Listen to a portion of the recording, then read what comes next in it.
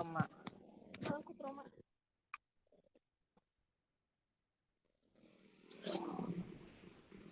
Mau aja.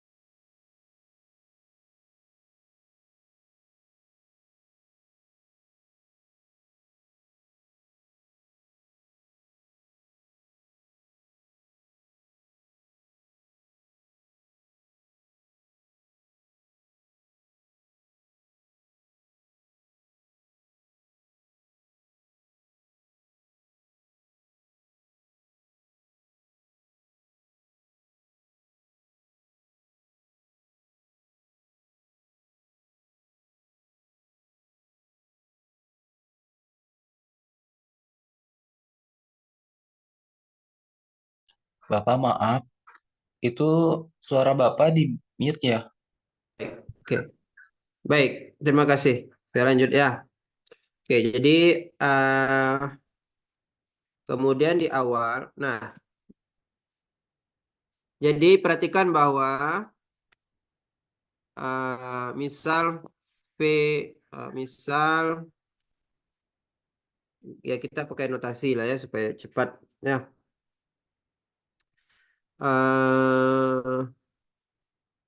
Q ya, saya kasih Q aja ya.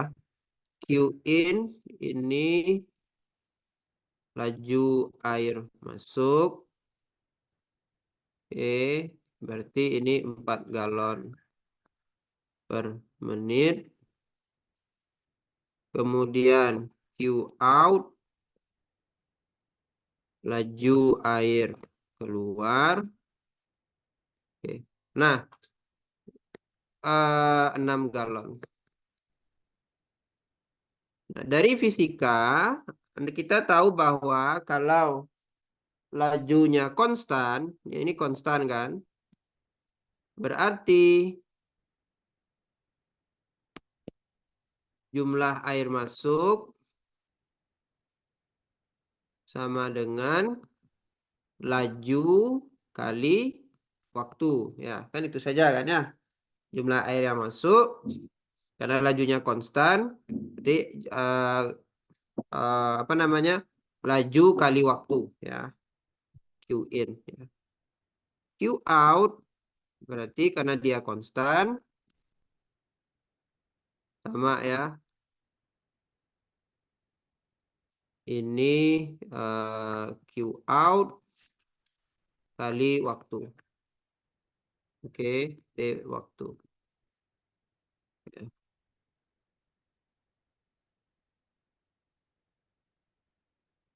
Oke. Nah, kemudian jumlah kita sekarang menghitung jumlah garam sekarang ya. Misal A itu jumlah garam yang masuk.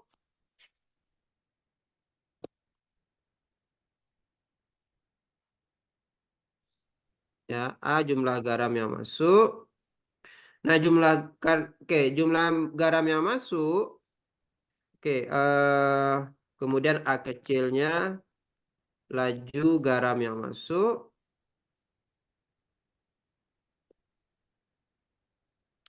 Oke, dalam pound ya, dalam pound. Nah, ini kan konstan ya. Konstan kenapa? Ya, ya, dia masuknya selalu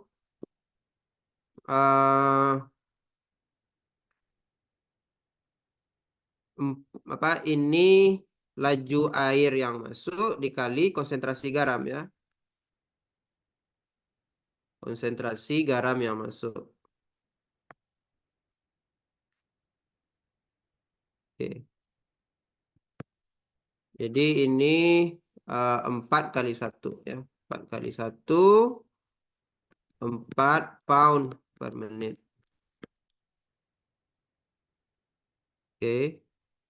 Ini saya juga harus kasih ini ya, apa namanya, notasi untuk konsentrasi ya. Jadi misal Kak konsentrasi Kain konsentrasi garam yang masuk ya. Oke. Kemudian Kout konsentrasi garam yang keluar. Oke. Nah, dengan ide yang sama, kalau laju garam yang masuk itu konstan, ya, laju garam yang masuk itu konstan, maka jumlah garam yang masuknya juga konstan, yaitu A kali T ya. A-nya mungkin dikasih in juga lah ya, in laju garam yang masuk kali waktu. Oke. Jadi ini 4 kali T ya. Nah, apa hubungan antara sebelumnya? Baik. Kemudian ya, kita juga nyatakan K sebagai konsentrasi garam dalam tangki ya. Konsentrasi garam dalam tangki. Di mana kalau kita nyatakan V sebagai volume air dalam tangki dan banyak sekali ya. A sebagai jumlah air dalam tangki, jumlah garam dalam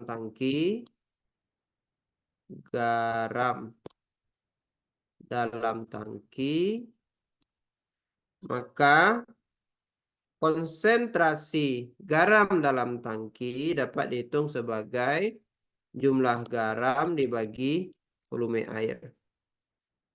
Nah, volume air dalam tangki ini kan sama dengan volume awal ditambah air yang masuk dikurang air yang keluar ya. Air masuk kurang air keluar tambah volume awal ya. Jadi ini sama dengan, nah jumlah awalnya kan tadi berapa? 120, berarti ini 120 kurang 2T. Oke. Nah, jadi konsentrasi garam dalam tangki ini adalah konsentrasi garam dalam tangki ini adalah A dibagi dengan 120 kurang 2 ya. Nah, tentu T-nya supaya air dalam tangkinya selalu ada, T-nya dibatasi sampai 60 menit saja ya. Oke. Nah, konsentrasi garam yang keluar, konsentrasi ya karena ya, konsentrasi garam yang keluar karena garamnya otomatis, karena garamnya secara instan langsung tersebar, berarti konsentrasi garam yang keluar itu sama dengan konsentrasi garam dalam tangki ya. Ya, jadi garam karena garamnya langsung terdistribusi ya. Walaupun ini tidak mungkin, tapi ya memudahkan kita untuk menghitung. Oke. Nah, oke, jadi kemudian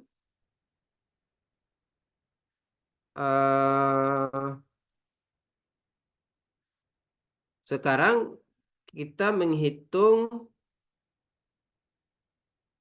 menghitung K ya. Kita mau menghitung K. Nah, sekarang apa lagi ya? Baik. Nah, konsentrasi, oke. Misal jumlah garam dalam tangki. Oke. Oh, baik. Nah, sekarang jumlah garam yang keluar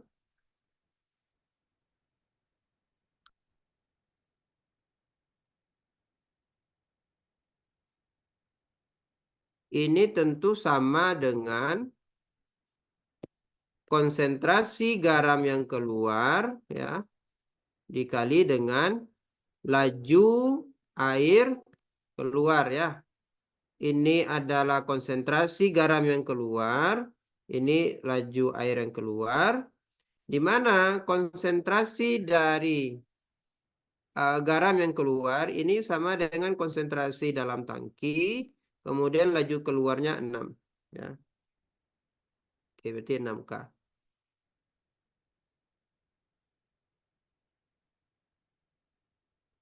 Baik, jumlah garam yang keluar. Oke. Sedangkan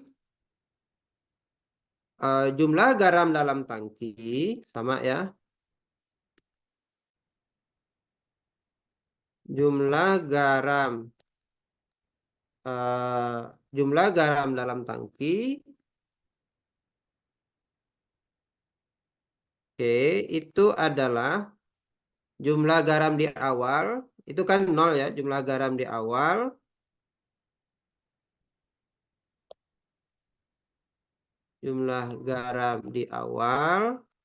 ditambah garam yang masuk dikurang garam yang keluar. Kebetulan jumlah garam di awalnya 0 berarti oke. Kemudian kita tuliskan garam yang masuknya tadi sudah kita hitung di awal ya. 4T.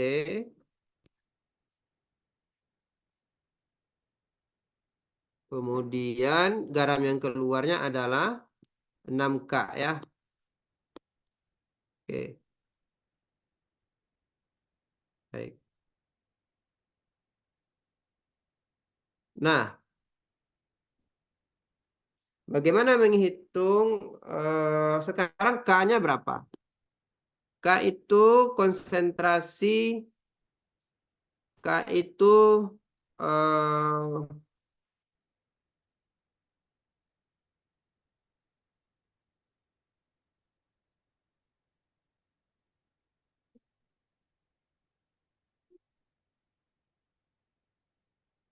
sebentar.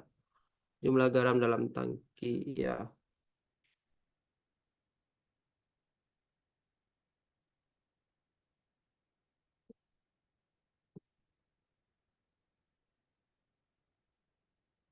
Oke, sebentar. K ini konsentrasi garam yang keluar ya. Konsentrasi garam yang keluar, konsentrasi dalam tangki. Masa bingung lagi. Oke, mudah-mudahan enggak ya. Saya coba ingat-ingat dulu.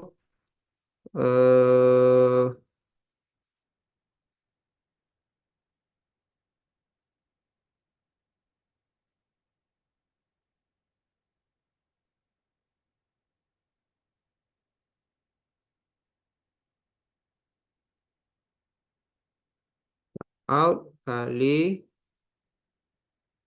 Kemudian out kali ini jumlah garam yang keluar adalah konsentrasi. Baik, tapi konsentrasinya itu eh,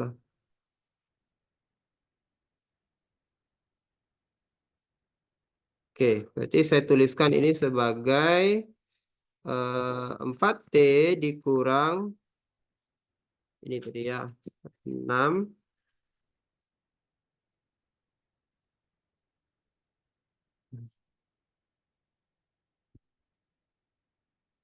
Bentar. Jumlah garam yang keluar.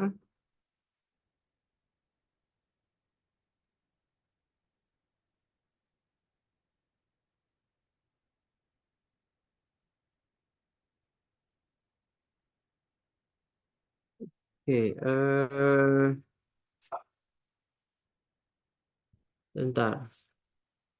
Laju perubahan garam dalam tangki, perubahan garam dalam tangki. Duh,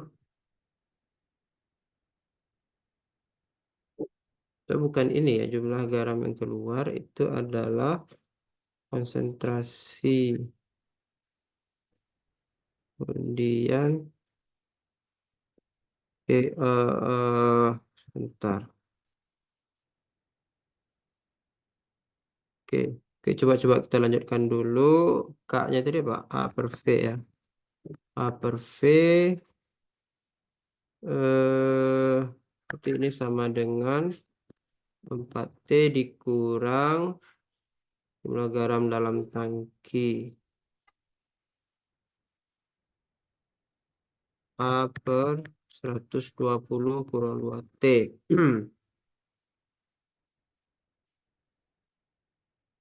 Ada yang keliru di sini. Aduh, saya kok keliru lagi ya.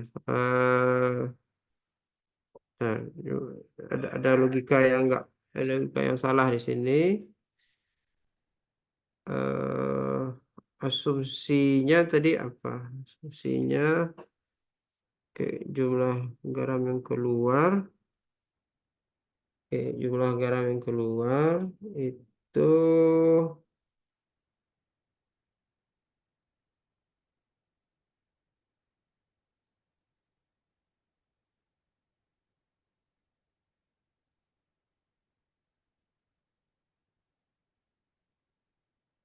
bentar, konsentrasi garam yang keluar, konsentrasi garam konsentrasi garam yang keluar sama dengan konsentrasi garam dalam tangki ya. Hmm,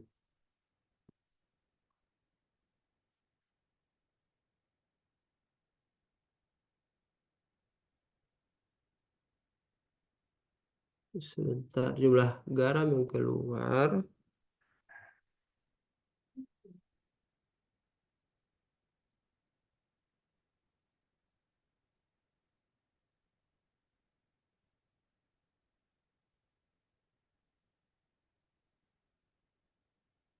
Oke, asumsi saya mungkin di sini ya yang salah ya. Eh,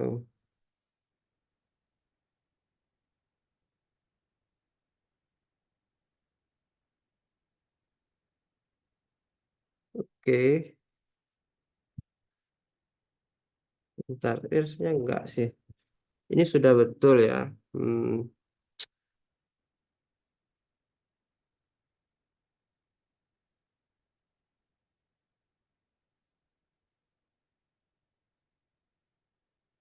oke, coba saya tuliskan mungkin bukan begini harusnya ya. Oke, oke, jangan begini mungkin ya. Saya ulangi dulu. Eh, jadi misal A adalah jumlah garam dalam tangki, oke, maka misal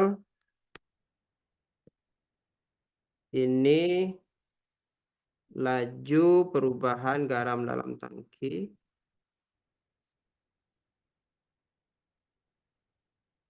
oke,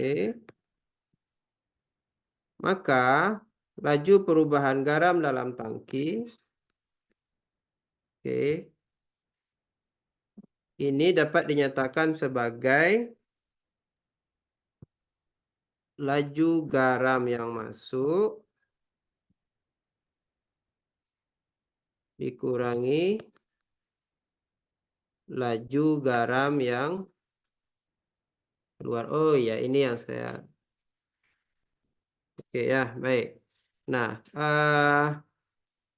laju garam yang masuk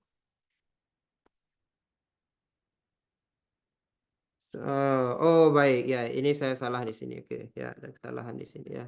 Jumlah garam yang keluar ini bukan jumlah garam yang keluar harusnya ya. Ini mah out ini bukan jumlah garam yang keluar ya. Ini sebenarnya saya tadi ya, ini mah laju garam yang keluar. Oke, laju garam yang keluar sama seperti yang di atas.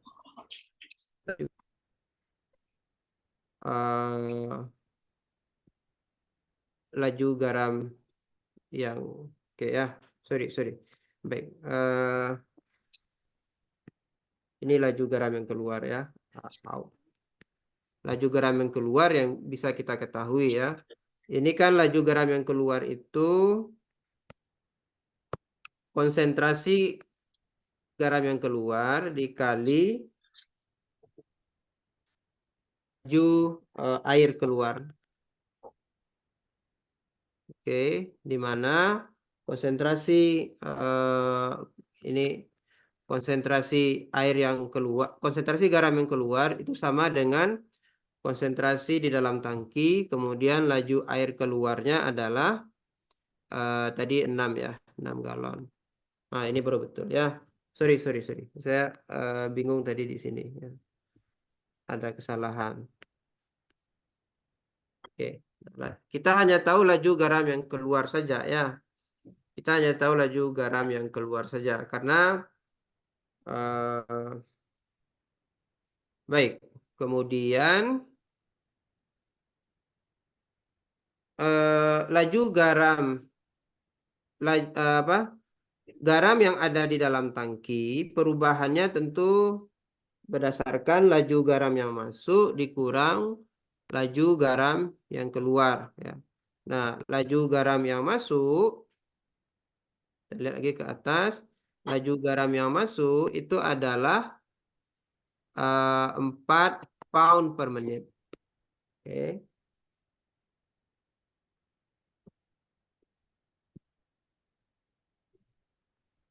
4 pound, 4 saja saya tuliskan. Sedangkan laju garam yang keluar itu tadi kita sudah tuliskan 6 kali K. Oke. Di mana K-nya itu sudah K-nya itu dinyatakan dalam ini ya. Ya tadi sudah kita hitung ya, konsentrasi dalam tangki K-nya adalah 6 dikali A dibagi dengan 120 kurang 2T. Oke. Kalau kita tulis ulang persamaan ini, maka kita punya 120 kurang 2T kali DDT dari A sama dengan 120 kurang 2T kali 4 kurang 6A. Sehingga kita persamaan diferensial. Oh, sorry. Ya, kita persamaan diferensialnya kan biasanya bentuknya ini ya. Y aksen plus PX kali Y sama dengan QX ya. Berarti Y aksennya harus, koefisiennya harus 1 di depan. Oke, berarti kita jangan nulis kayak gini. Ini nggak perlu. Yang perlu itu turunannya koefisiennya 1. Oke, ini kan turunan ya. Berarti kita punya persamaan diferensial.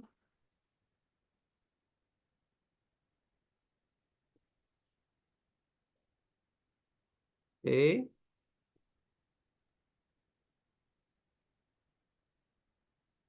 Sama dengan 4. Oke. Baik. Maaf sekali ya tadi saya bikin bingung. Oke. Nah, saya coba jelaskan lagi ya. Ya, persamaan yang pentingnya mana? Persamaan yang penting. Persamaan yang pentingnya adalah ini ya. Kita mulai dari sini saja. Oke. Yaitu laju perubahan garam dalam tangki itu dapat Anda cari dari laju garam yang masuk dikurangi laju garam yang keluar ya. Nah, laju garam yang masuk itu sudah diberikan oleh soal, dan laju garam yang keluar ini datang dari laju air yang keluar, laju air keluar dikurangi dikali konsentrasi air yang keluar, konsentrasi garam yang keluar. Nah, konsentrasi garam yang keluar itu sama dengan konsentrasi garam di dalam tangki ya. Dan kemudian konsentrasi garam di dalam tangki itu dihitungnya dengan rumus jumlah garam di dalam tangki dibagi volume tangki. Ya, sebenarnya itu saja ya. Jadi satu ini yang Anda perlukan. Kemudian mungkin saya tuliskan lagi laju garam yang keluar ini rumusnya adalah laju air keluar dikali konsentrasi garam.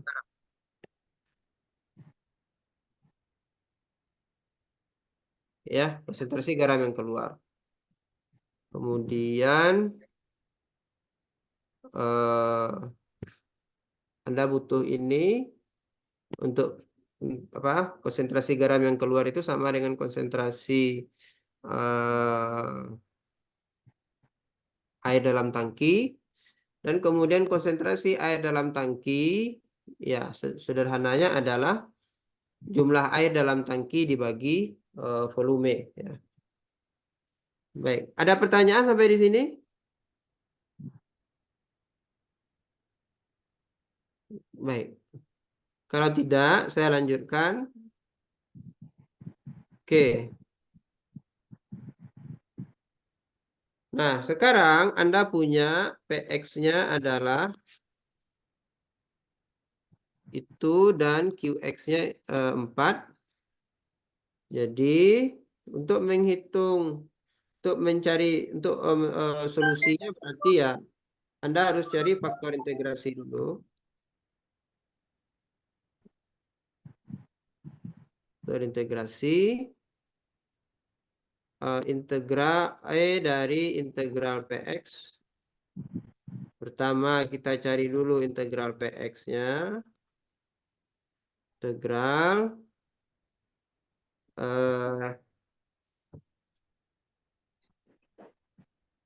6/120 kurang 2T dt. Oke, ini Anda misalkan U sama dengan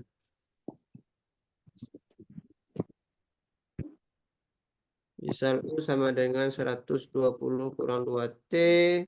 Berarti DU sama dengan min 2T, min 2 dt. Oke. Berarti dt-nya min setengah DU ya. Oke, berarti kita bisa ulang ini menjadi 6 per 6 per U. DT-nya min setengah DU.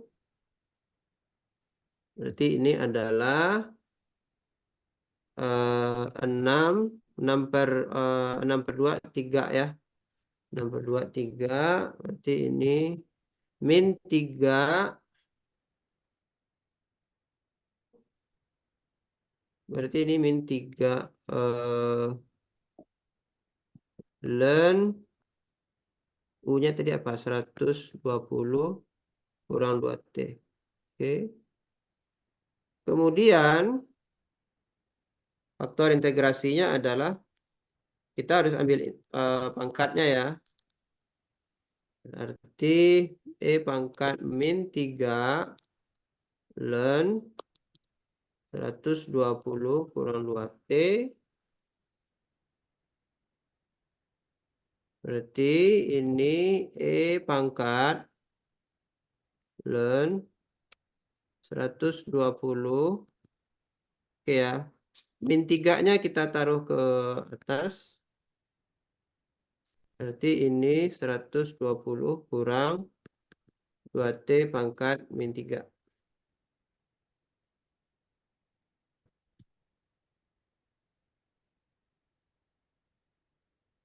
Oke ya.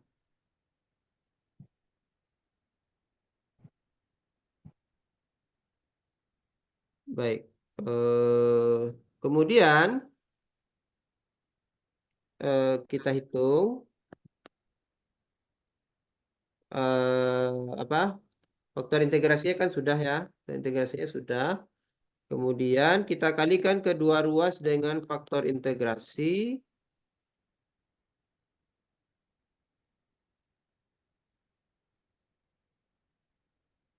Kita kalikan kedua ruas dengan faktor integrasi. Berarti 120 kurang 2T.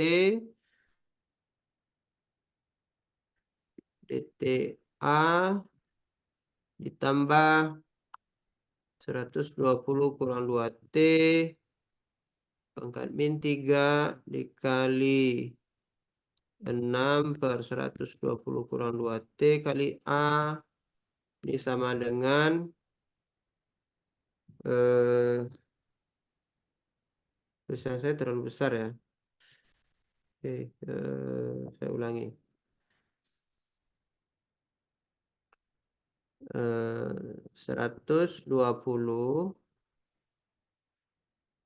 min 3 dikali tambah 6 dibagi 120 kurang 2T kali A. 4 dikali 120. Oke. Nah, dan ya, Anda tidak perlu ngitung ini ya. Kita hanya perlu tahu bahwa ini adalah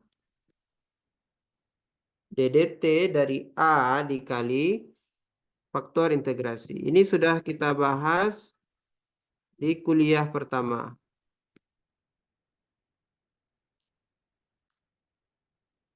Oke.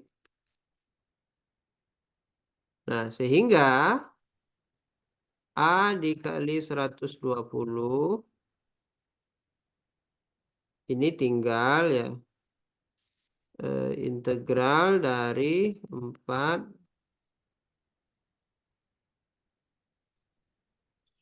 oke. Dan kemudian lagi-lagi kita gunakan substitusi. Jadi misal U sama dengan 120 kurang 2T. Berarti DU sama dengan min 2 DT. Kemudian DT-nya adalah min setengah DU. Oke. Berarti integral dari, kita menghitung integral ini dulu. Ini adalah 4-nya kita keluarkan. U pangkat min 3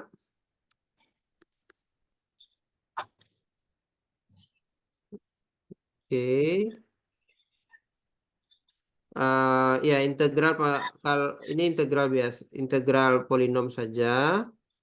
Berarti ini 4/2 plus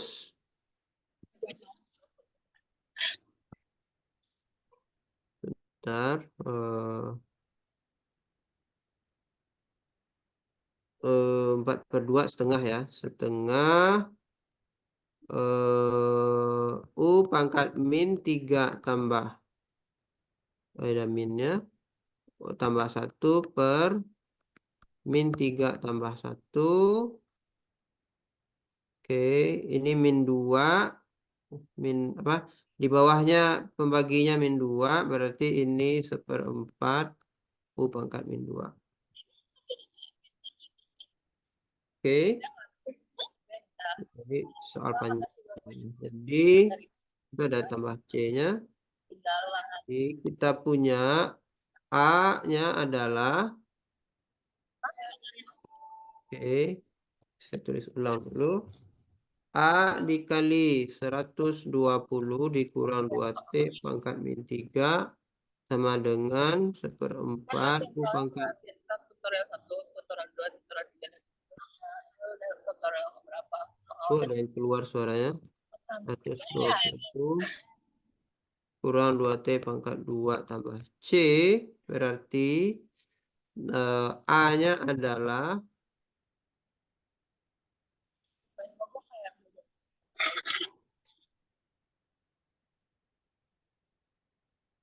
A-nya adalah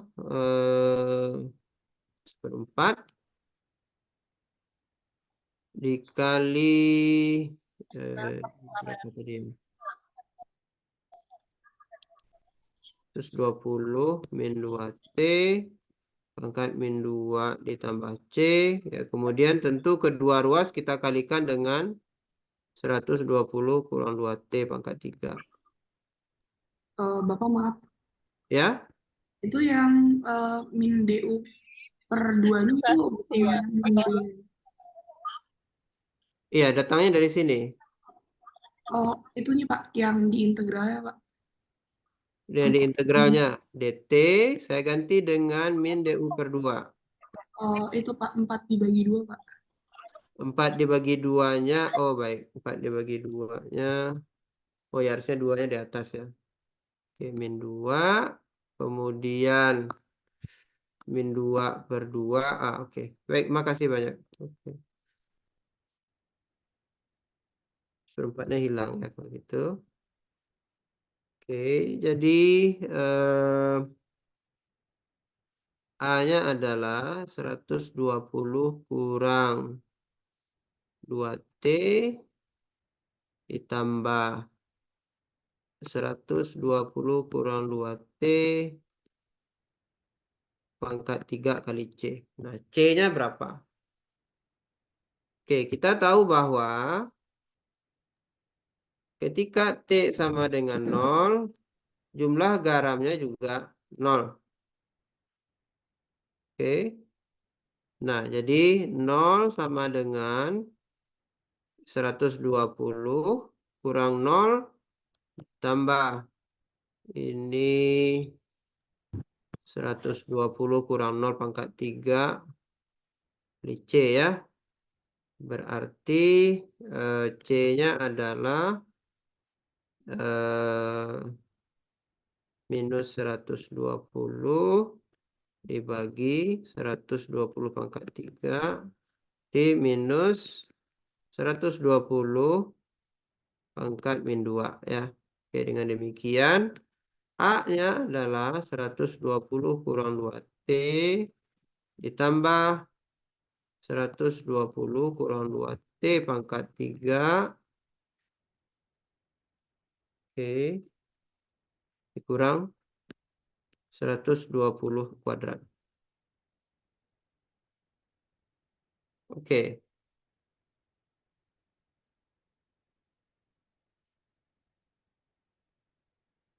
Baik, ya.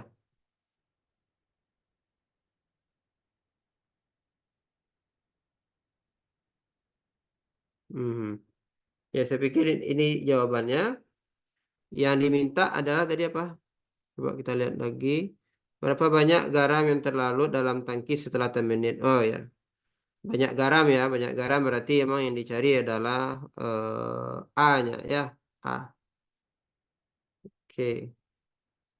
Laju garam yang masuk. Bentar. Laju garam yang masuk. Yang penting Anda lihat ya yang persamaan yang ini tadi. Garam masuk dikurang.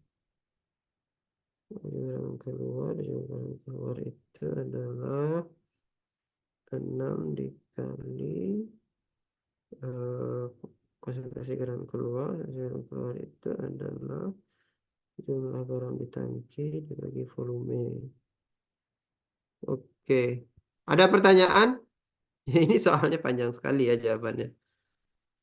6 per 120 2T kali A dengan 4. Jadi integralnya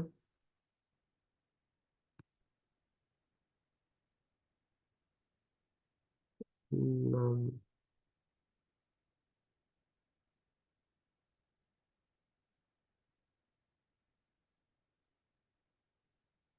Oke, kalau tidak ada pertanyaan, saya lanjut ya. Oke, limit dari konsentrasi garam di dalam tangki ketika T menuju 60 ya. Kalau yang ditanya konsentrasi garam,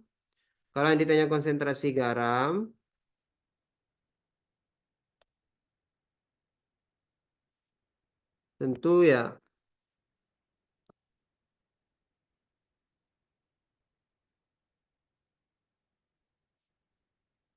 jumlah garam dibagi volume air berarti 120 kurang 2T dikurang 120 kurang 2T pangkat 3 per 120 kuadrat. Ya, ini harus dibagi dengan 120 kurang 2T. Berarti ini adalah 1 dikurang 1 per 120 kuadrat. Ya, saya agak cepatkan di sini. Oke. Nah, sehingga kalau dihitung limitnya menuju 60, oke, maka bagian ini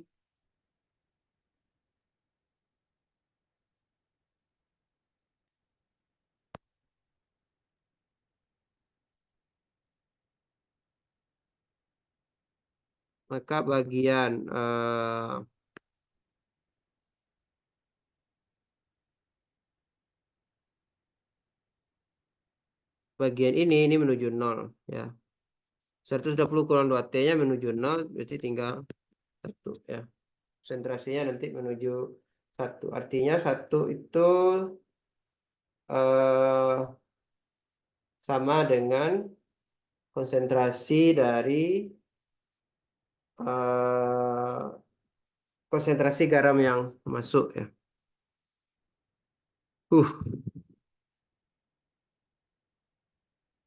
Oke, ada pertanyaan?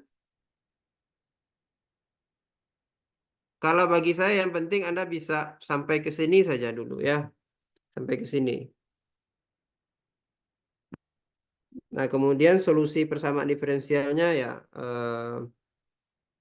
akan kita bahas lagi ya. Baik. Kalau tidak ada pertanyaan, kita lihat soal yang lain. Oke, soal nomor 4 ya, saya skip dulu. Kemudian untuk bahan yang sudah kita bahas minggu ini ya, berarti ya saya bahas nomor 8 ya. Saya bahas nomor 8. Oke, nah intinya adalah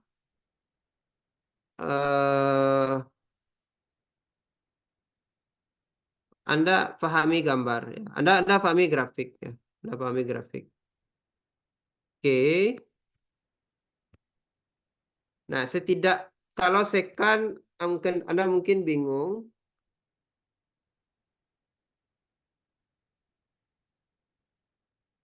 Setidaknya tangen lah ya. Tangen Anda tahu ya. Sin inverse, cos inverse, dan tangen inverse Anda harus tahu ya. Kalau sekan ya itu agak susah. Mudah-mudahan nggak keluar, tapi saya nggak bisa jamin juga ya. Oke, jadi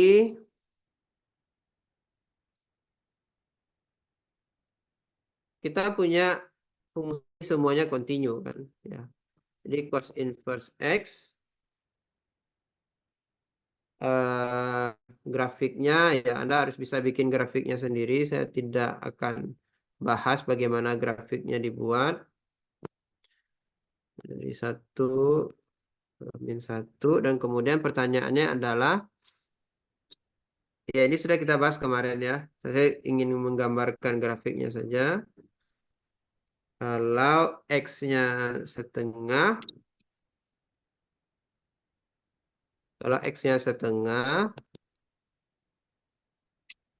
berarti ya limitnya berarti Anda tinggal hitung berapa fungsinya ya, berapa nilai fungsinya. Karena ini kan fungsinya kontinu, grafiknya tidak putus. Oke. Nah, sin juga barang yang sama ya. Nah, kemudian mungkin yang agak berbeda, di mana ini yang Anda harus pahami ya. Karena ini akan muncul di tempat lain. Kalau X menuju tak hingga, tan inverse-nya menuju kemana? Oke, cara untuk memahaminya adalah ya Anda lihat grafik. Ya. Anda lihat grafik. Oke. Kita mungkin mulai dari grafik tangan dulu ya. Grafik tangan itu kira-kira seperti ini.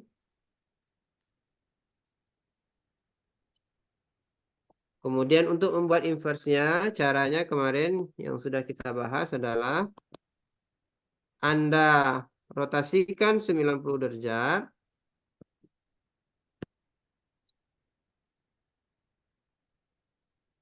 Anda rotasikan 90 derajat. Jadi hasilnya seperti ini. Di mana kalau Anda rotasikan 90 derajat, asimtot tegaknya menjadi asimtot datar ya. Oke, ini pi per 2, ini min pi per 2. Berarti oke. Setelah itu Anda cerminkan ya. Oke, Anda cerminkan terhadap sumbu Y. Oke, jadi Anda cerminkan terhadap sumbu Y ya. Tinggal dibalik ya. Awalnya dia turun. Kalau dicerminkan terhadap sumbu Y ya dia naik. Oke.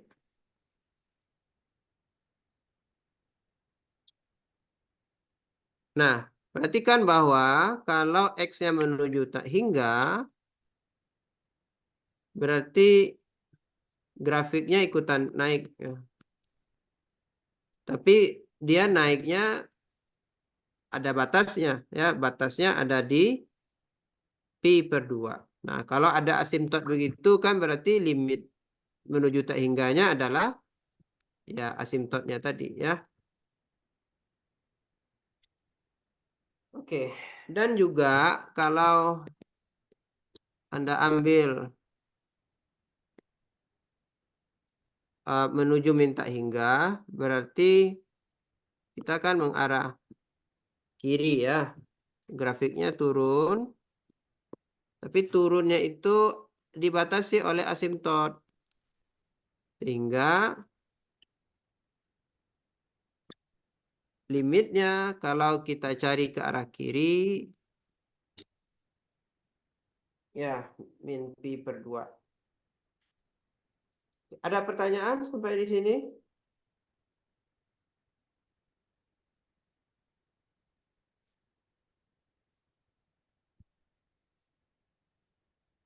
Baik, kalau cos inverse tidak ada asimtot-asimtotan, tapi kalau tangen inverse ini ada asimtot, ya. Dan kemudian secant inverse juga ada asimtot, ya. Saya kerjakan saja. Grafiknya agak susah soalnya. Oke, ini pi per 2. Grafik secant inverse. Oke, ya kira-kira begini, ya.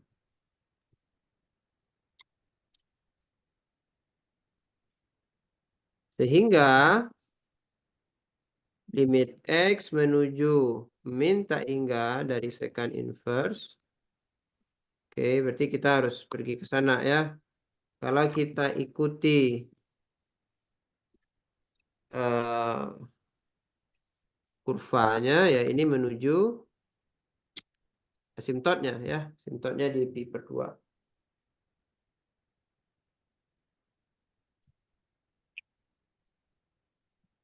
Baik, kalau tidak, ya Anda diam-diam saja.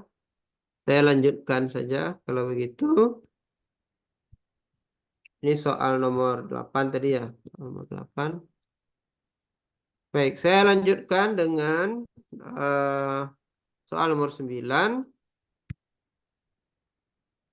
Soal nomor 9. Tentukan dy dx untuk fungsi berikut.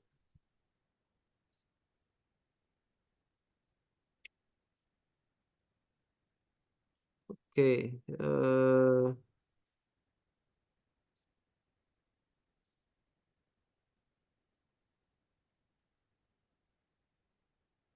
Ya, ini saya review lagi saja, ya. Saya review lagi. Turunan dari sin inverse itu adalah 1 per. Nah, ini Anda harus, mau nggak mau Anda harus hafal, ya. Karena kalau mencari kapan ada waktunya. Oke. Dx dari secant inverse ini sudah kita bahas misalnya.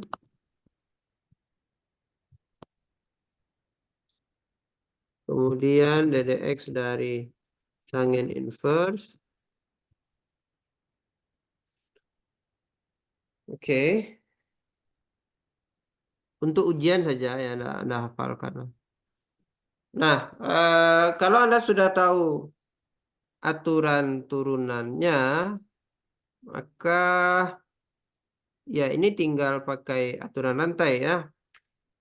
Contoh, saya hitung soal nomor B.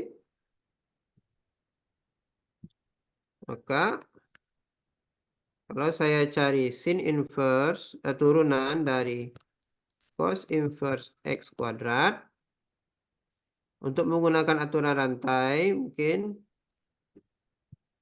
ya, ini kan ada pertanyaan? Oke. Ya. Nah, misalkan dulu U-nya X kuadrat, maka ini dapat dituliskan sebagai DDU cos inverse U dikali DU dx. Ya.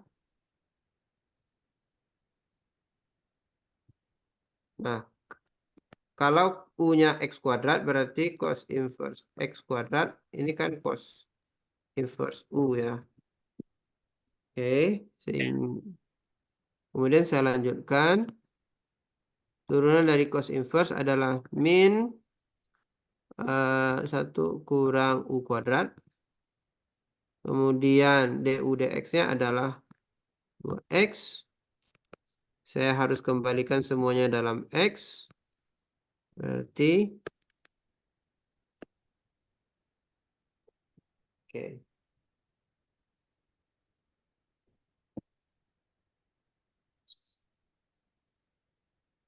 Baik. Nah, untuk PR ya, Anda coba kerjakan nomor D ya. Nomor D.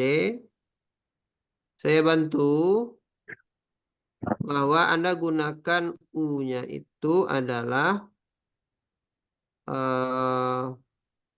ya yang ada di dalam sekannya tentu ya. Yang ada dalam sekannya. Ini PR. Kemudian juga ini PR. Oke. Baik, saya lanjutkan saja karena nggak ada yang mau karena nggak ada yang raise hand. Oke, kemudian kita lanjutkan dengan hitung masing-masing integral berikut ya. Baik.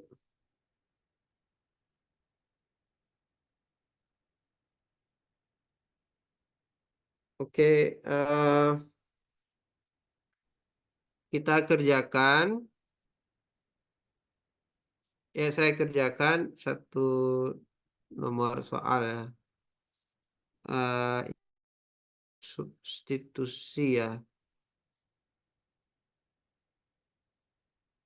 Oke, ya. Nah, kalau Anda ingat rumus turunan sin inverse, sebenarnya soal nomor A ini sudah otomatis bisa Anda kerjakan ya. Jadi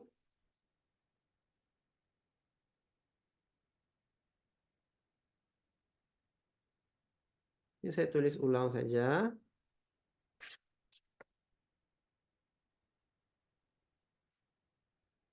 Jadi d dx dari sin inverse itu Anda sebaiknya hafal. Berarti integral dari 1x kuadrat ini adalah sin inverse. Oke. Sehingga kalau kita mencari sehingga integral dari akar 2/2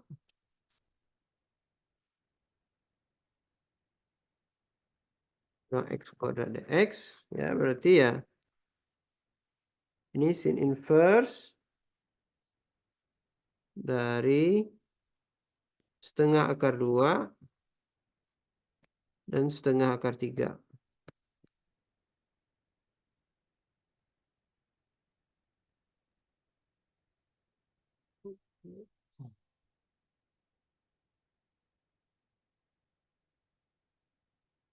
Oke ya. Nah, jadi ya sekarang apa yang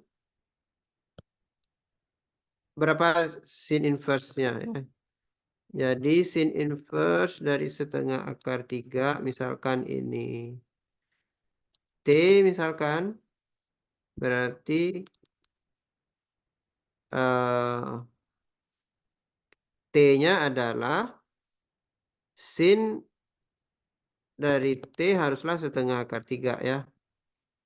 Berarti T sin-nya harus di depannya setengah akar 3. Ini 1 kan. Setengah akar 3 berarti T-nya berapa?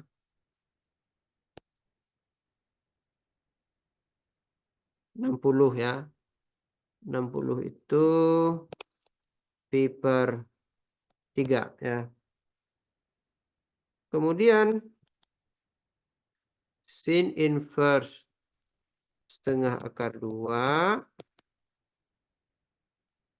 Berarti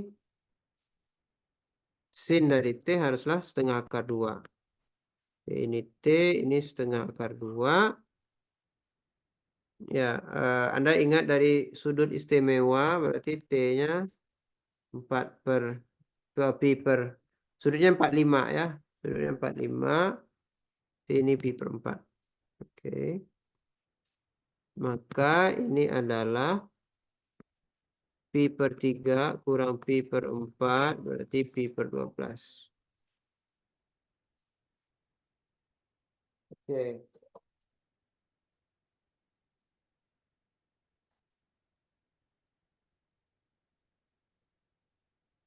Baik.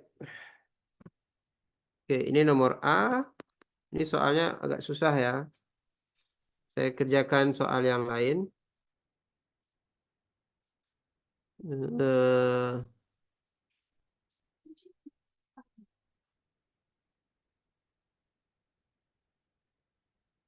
Oke, kita jangan nomor 10. Oke, nomor 10 satu kali lagi. Eh,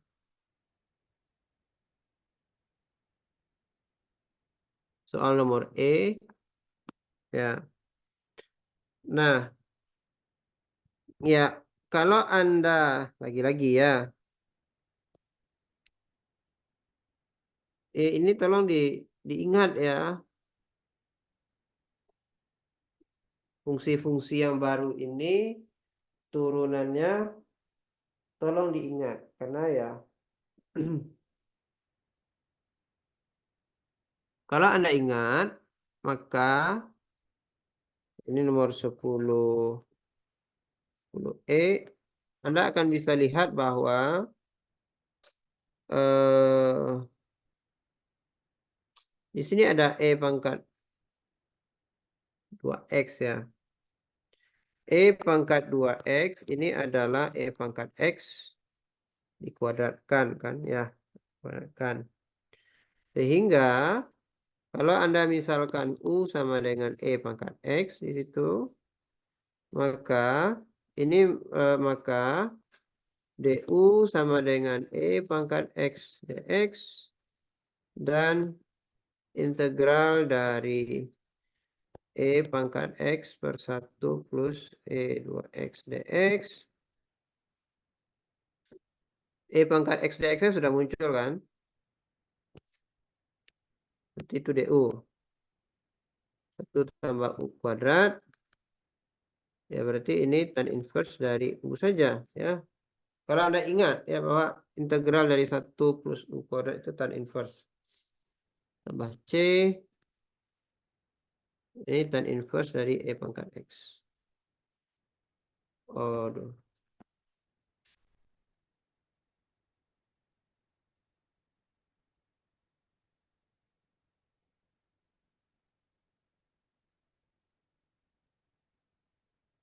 bentar saya ambil cat pesan dulu.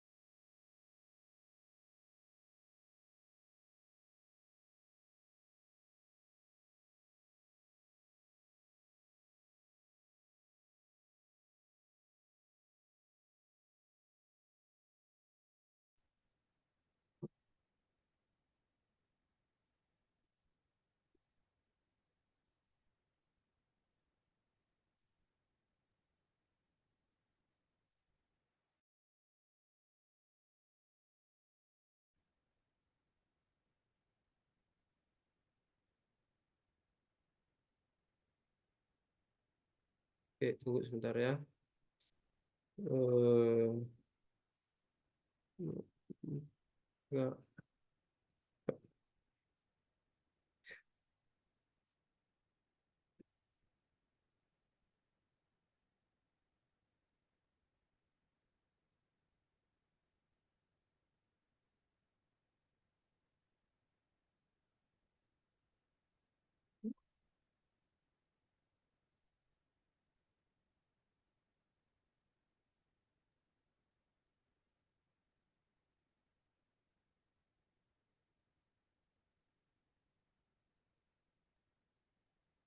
Oke, kita lanjutkan.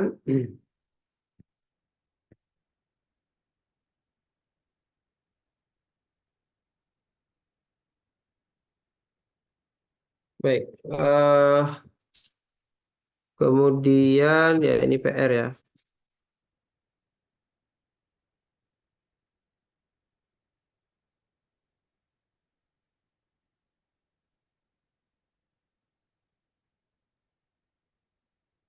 Oke.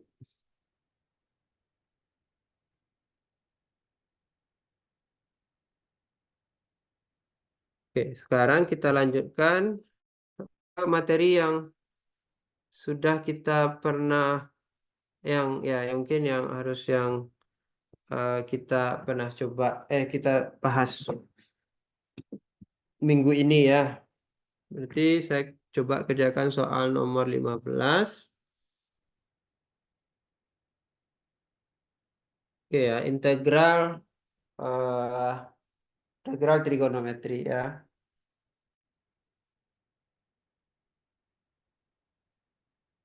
Oke.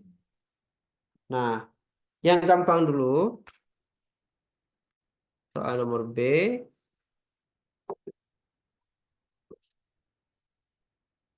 Nah, saya ingin ulangi lagi. Kalau ada pangkat, kalau perhatikan bahwa soal nomor B ini yang muncul hanya sin dan cos ya. Jadi sin dan cos dan ada pangkat ganjil. Kalau ada pangkat ganjil, maka Anda pisahkan ya satu pangkat ganjil. Jadi sekarang kita menghitung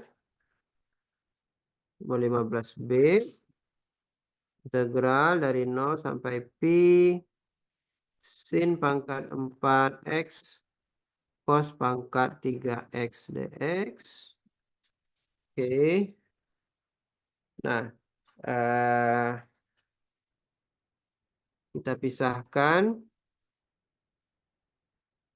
sin pangkat 4x cos kuadrat x cos x dx. Oke. Sekarang sudah muncul cos x dx. Nah, apa yang integralnya cos? Ya, kan sin ya. Cos sin. Berarti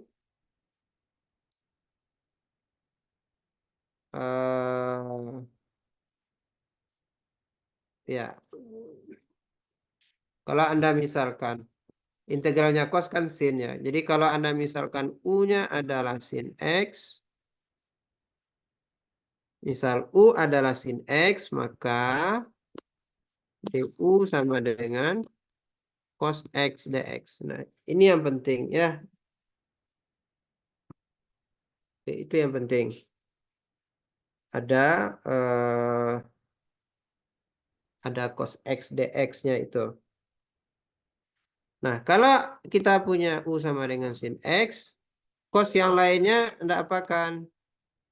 Ya, cos yang lainnya dapat Anda nyatakan sebagai 1 kurang sin kuadrat. 1 kuadrat. Oke. Sehingga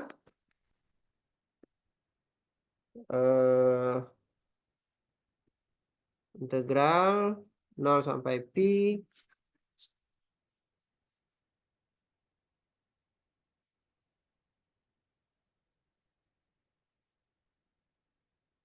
0 sampai pi dari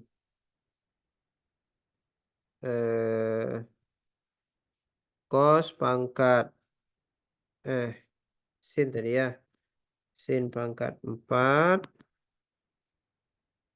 dikali cos pangkat 3x dx. Ini adalah integral dari ini jadi U pangkat 4. U pangkat 4 dikali ya cos kuadratnya 1 kurang U kuadrat du. Ya. Ini U pangkat 4. Ini 1 kurang U kuadrat. Ini du. Nah, ingat lagi bahwa batasnya harus Anda ganti ya. Oh, saya kayaknya salah ngopi soal ini. Oh, sampai pi per 2 ya. Sorry, sampai pi per 2. Kalau X-nya 0, maka U-nya adalah 0. Kalau X-nya pi per 2, maka U-nya adalah 1. Ya, jadi harus Anda ganti juga batas-batasnya. Sehingga ini adalah, ya langsung kita integralkan saja.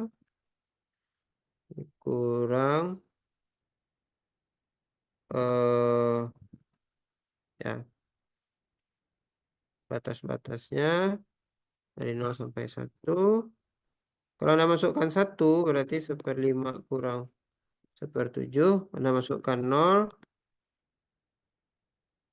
ya. Oke, sehingga hasilnya adalah 2/35.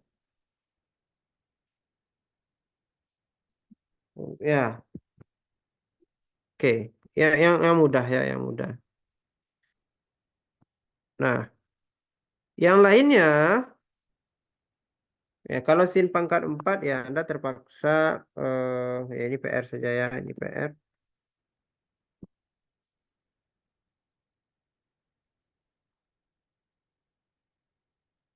Oke, nah yang agak susah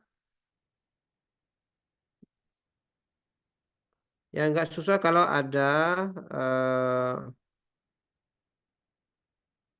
ada sekan dan tangan ya, sekan dan tangan. Oke. Nah,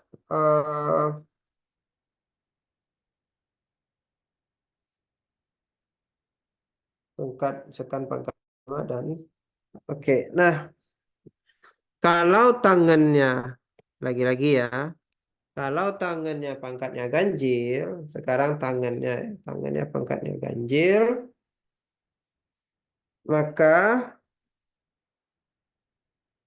Anda gunakan, jadi saya kerjakan di sini ya, integral sekan pangkat 5x dan pangkat 3x dx.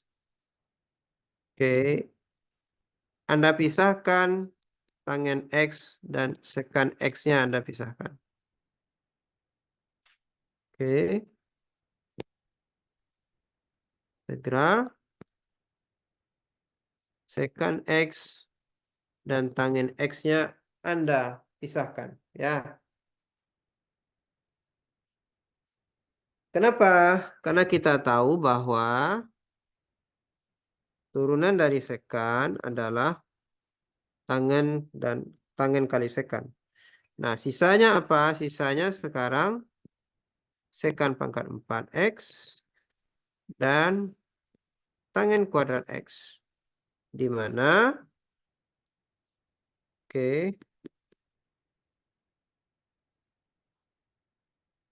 di mana sekannya sudah muncul ya, integral U pangkat 4.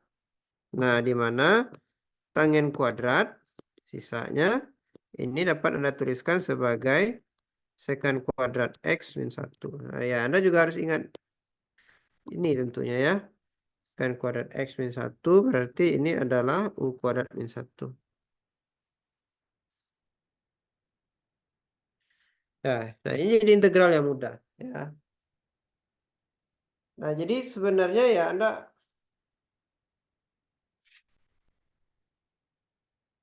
tahu dari mana Anda harus pakai second. Ya.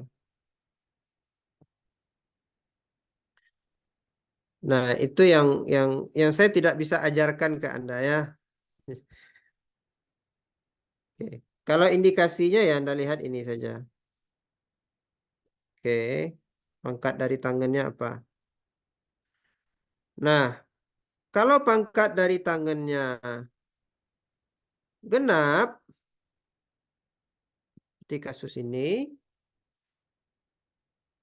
maka Anda tidak bisa gunakan yang tadi. Ya, Anda tidak bisa gunakan yang tadi. Anda harus gunakan, kalau Anda tidak bisa gunakan yang tadi, ya.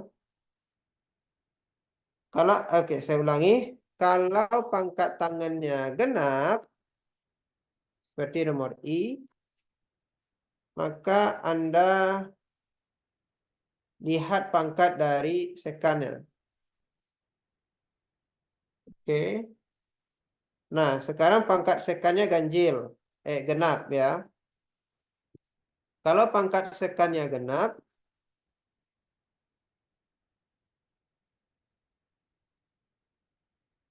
maka nah sekannya yang Anda pisahkan.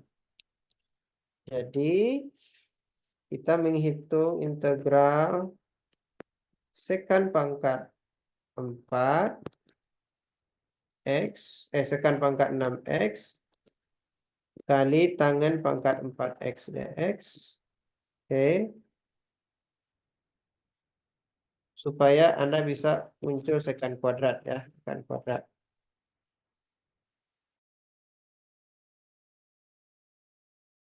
Sisanya sekan pangkat 4X dikali tangan pangkat 4X. Kemudian kita tahu bahwa integral dari sekan kuadrat, nah ini yang penting ingat, integral dari sekan kuadrat adalah tangan ya. Jadi Anda gunakan U-nya tangan. Oke. Kalau U-nya tangan berarti DU sama dengan sekan kuadrat X dx. Oke. Nah, sekarang tangan pangkat 4-nya bisa diganti menjadi U pangkat 4. Ini DU. Sekan pangkat 4-nya gimana? Ya, sekan pangkat 4 itu, ya kan kita tahunya apa? Sekan kuadrat X adalah tangen kuadrat plus 1. Kalau Anda butuhnya sekan pangkat 4, ya berarti sekan kuadrat dikuadratkan saja kan?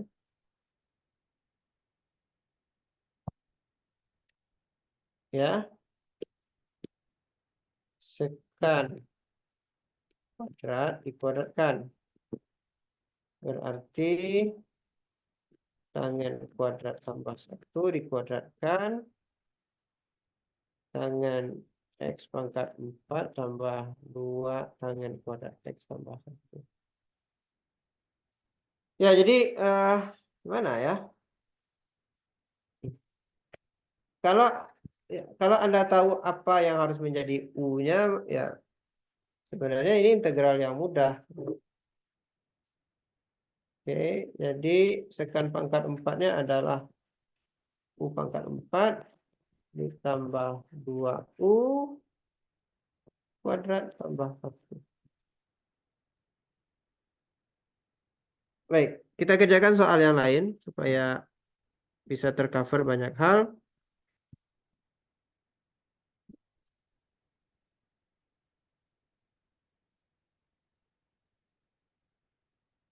Oke, itu ada PR lah ya, ada PR.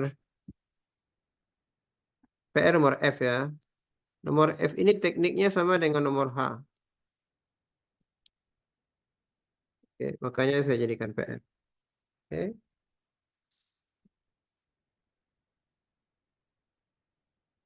Oke, kita lanjutkan.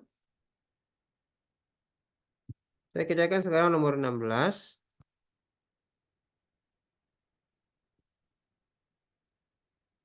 Nah, sekarang banyak akar ya. Di soal ini ada banyak akar. Oke, kalau ada akar ya Anda gunakan saja yang di dalam ya Anda bisa bisa mencoba gitu ya, bisa mencoba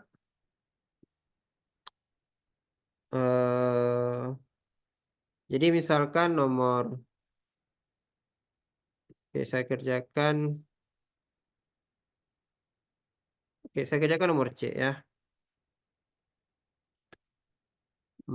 Baik. Saya kerjakan nomor C.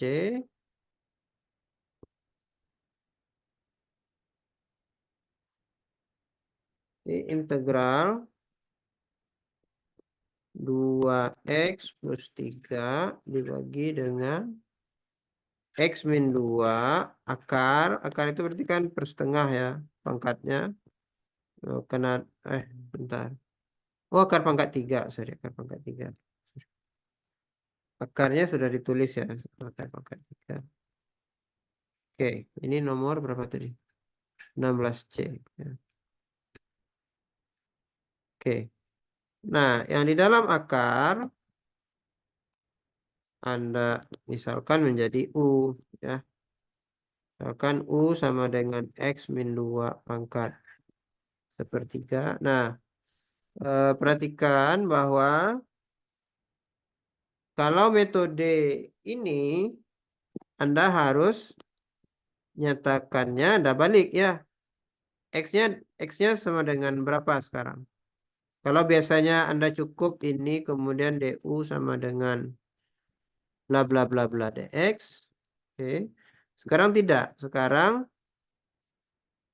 Anda harus nyatakan dulu X-nya dalam U ya. Ini lebih mudah ya. Mencari turunan pangkat sepertiga kan susah. Oke. Nah, baru kemudian Anda punya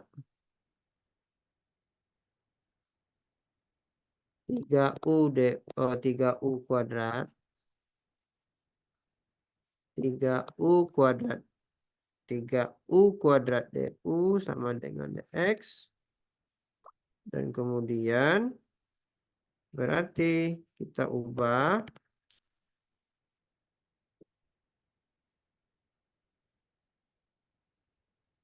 saya ulangi, ini berbeda dengan substitusi yang biasa ya. 2x plus 3 berarti 2 kali U pangkat 3 ditambah 2. Oke. Dan ini X ya. Tambah 3. Bawahnya ya. Anda sudah tuliskan ini kan sebenarnya X min 2 pangkat sepertiga itu ya U kan. Ya sudah. Kemudian ada dx-nya juga. Oke, ini tadi jadi dx ya. Oke. Maka integralnya malah jauh jadi sederhana ya. Berarti ini U-nya boleh dicoret.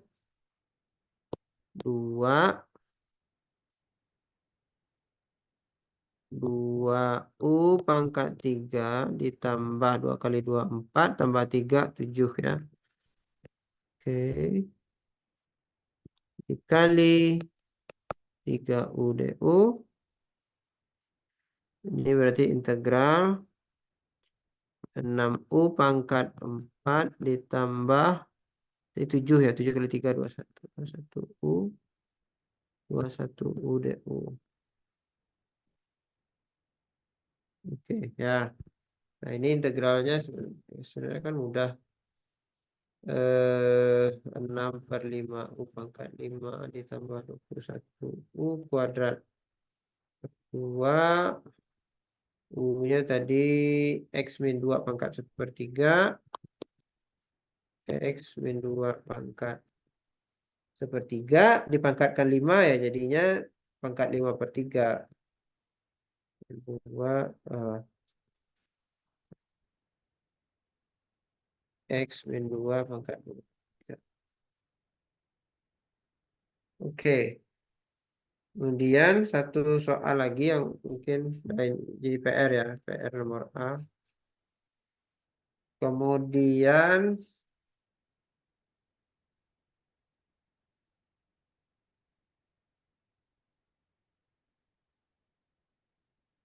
nomor A dan nomor B.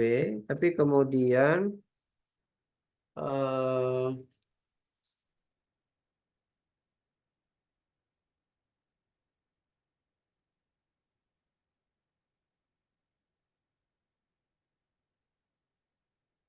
nomor B, ya U-nya Anda misalkan akar T saja. Oke, saya kerjakan soal nomor D.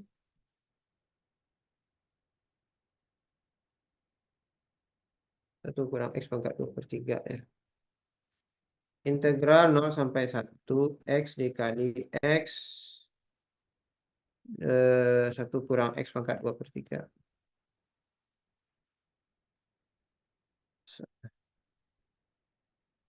Kurang X pangkat 2 per 3 X, oke. Tadi ya, U-nya 1 kurang X pangkat 2 per 3.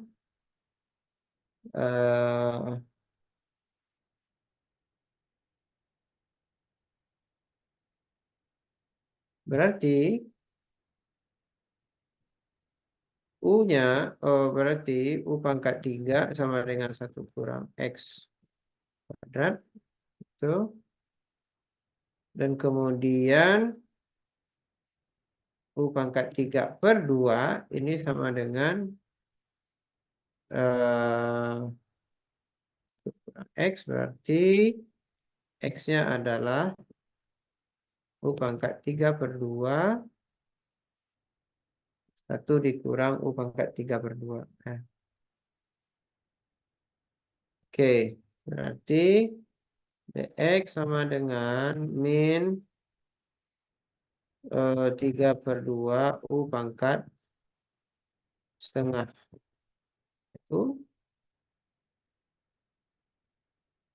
Oke.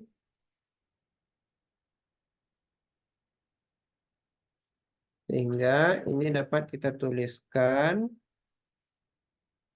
dalam bentuk oke ya. Kemudian kalau X-nya 0, berarti U-nya adalah 1 kurang 0 pangkat 2 per 3. 1. Kalau X-nya 1, U-nya 1 kurang 1 pangkat 2 per 3 sama dengan 0. Sehingga integral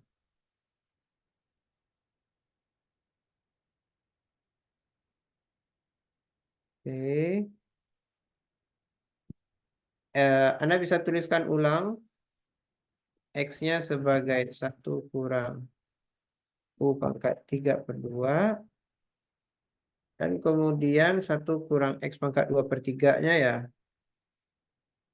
Mau tidak mau ya, ini kan U lagi ya. U.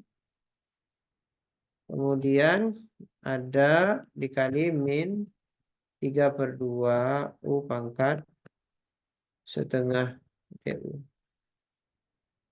Oke, ya, jadi batasannya dari 1 sampai 0. Nah, ya ini juga integral yang mudah untuk dikerjakan.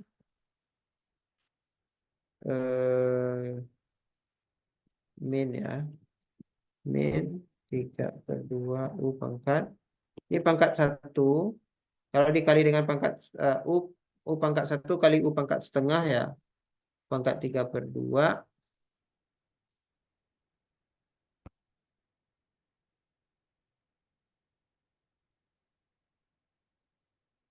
U. Kemudian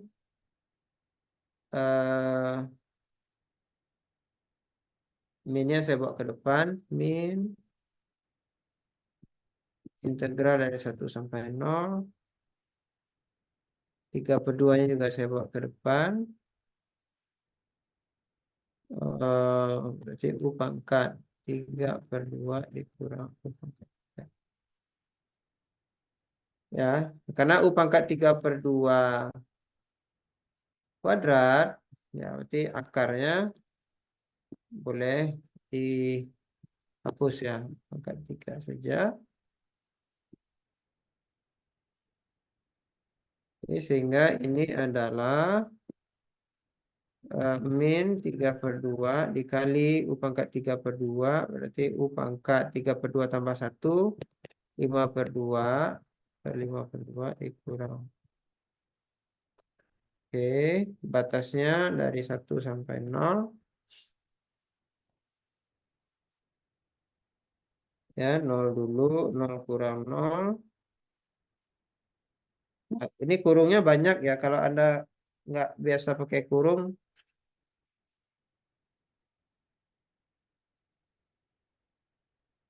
ya nanti pasti kesusahan. Ini min kali min plus ini 3/2 dikali 1/5/2 ya 2/5. Oke,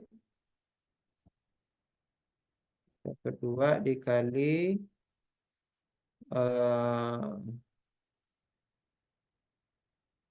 berarti ini adalah 8 kurang 5 kan 3 ya. 9/40. Oke. Baik, kita coba lihat soal lain.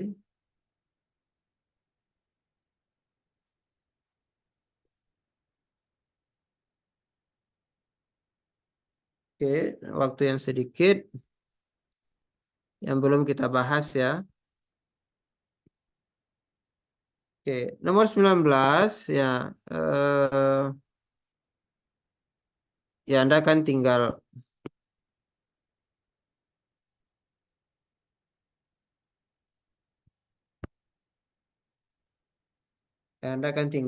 apa namanya? Kita sudah bahas di kelas ya. Saya kira kita coba yang lain. Nah, yang saya mau sampaikan ya, yang ini ya, soal nomor B. Perhatikan bahwa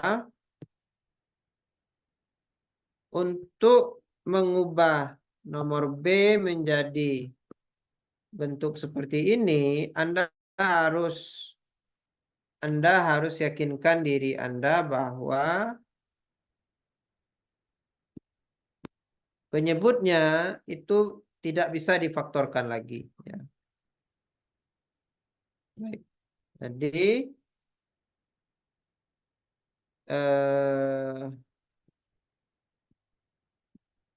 integral 2x min 1 per x kuadrat min 5x plus 6. Oke. Sebelum ya ini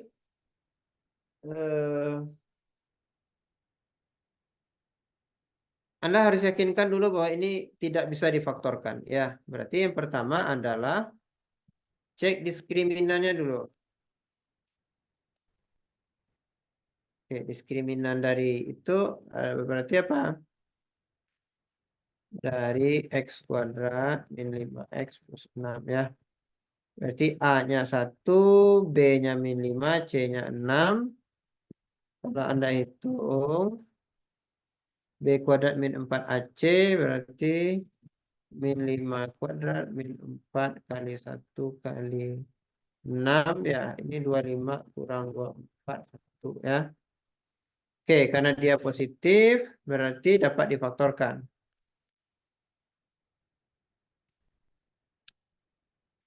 Berarti x kuadrat min 5x plus 6 dapat difaktorkan. Nah, mencari faktornya ya.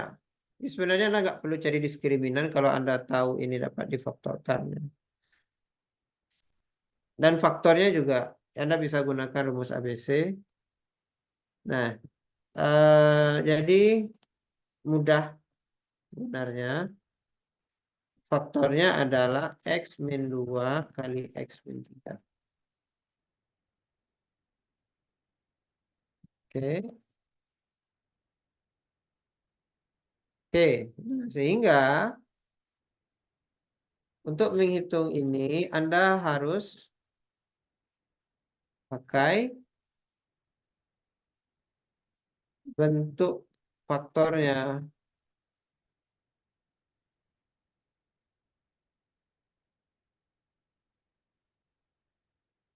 Jangan langsung ya, jangan terjebak karena ini kuadrat ya, kuadratik.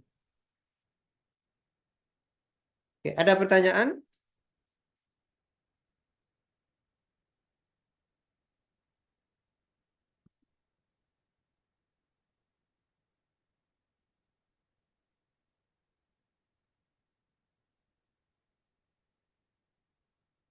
Kalau tidak,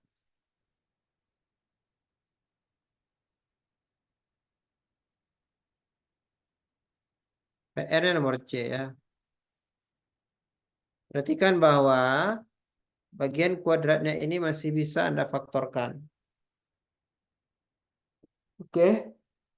Ya, bagian kuadratnya masih bisa Anda faktorkan.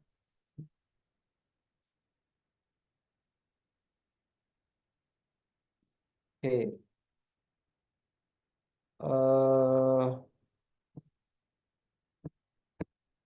Baik. Apa lagi ya soalnya yang bisa kita kerjakan?